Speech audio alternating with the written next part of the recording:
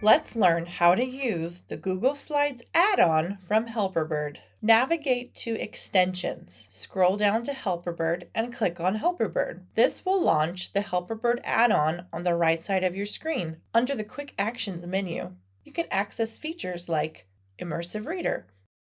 Making Presentations That Stick, a guide by Chip Heath and Dan Heath. This will open the text in your slide using Immersive Reader. You can also use text-to-speech. Click the pink play button to have the text within your slide read back to you using text-to-speech. Making Presentations That Stick, a guide by Chip Heath and Dan Heath. You can also translate your slides using the Translate feature. Select a slide and select the country's flag for the language you would like to translate to. Click Translate.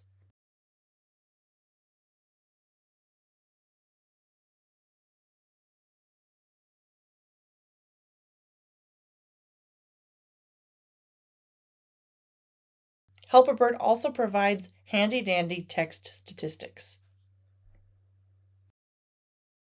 And that's how to use the Google Slides add-on from Helperbird.